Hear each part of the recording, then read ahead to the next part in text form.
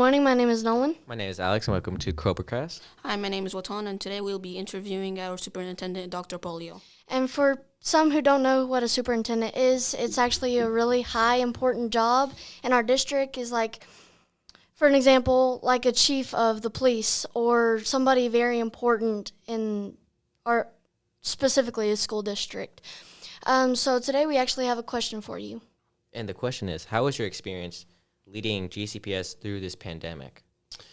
Well, it's definitely been challenging. I mean, the amount of decisions that have to have been made over the 2 years, has been very difficult. There's no doubt about it. And I can think back to almost 2 years ago today, maybe a few days before this, making that decision that we were going to non-traditional instruction.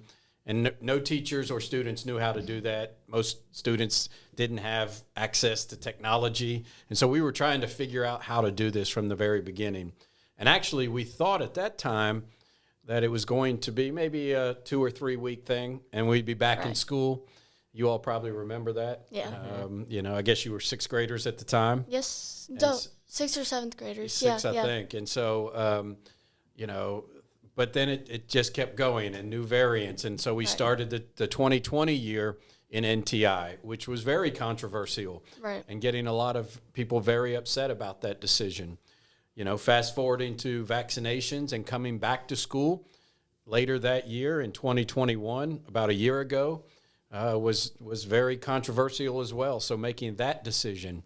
And then this year, with all the masks and the testing and the things that we've done and the politics that go with that, people disagreeing that, whether we're in mask or making that decision to go mask-free or mask-optional, just throughout the entire time has been such a challenge where every decision, it's just not a right or wrong answer. Right. You're trying to focus on what's going to make people safe and healthy, while at the same time making sure we support kids and get our kids in school as quickly as we possibly can.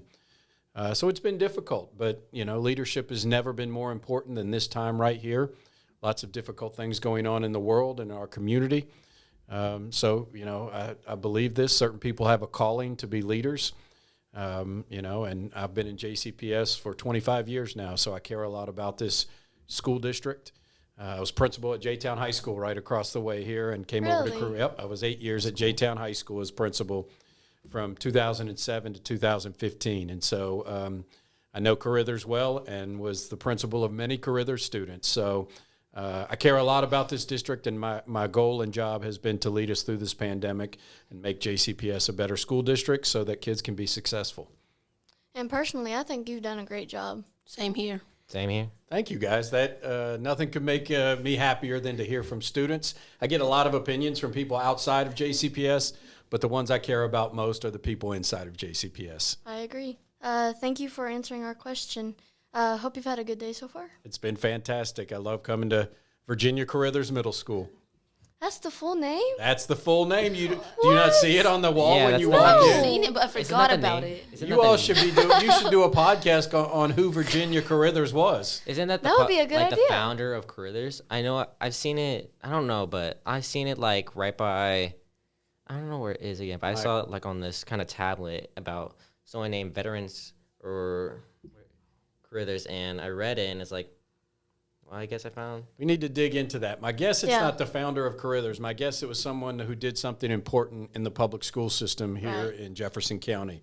So most of the schools that have a name are ones that may have been a superintendent, an assistant superintendent, a board member, and they want to honor that person by naming a school after them. That's cool. I did not know that. Now there's we some might others, have to do research like on Jeffersontown High School is named after a person, but really it's about the town. So you have to find out. Virginia Carruthers Middle School, find out what that's all about. Thank you for this bit of information. It's actually really awesome. If you would like to hear us talk about Virginia P. Carruthers and about how our history is, stay tuned for an upcoming episode about, Virginia P. Carruthers. Thank you for coming out. Thanks, guys.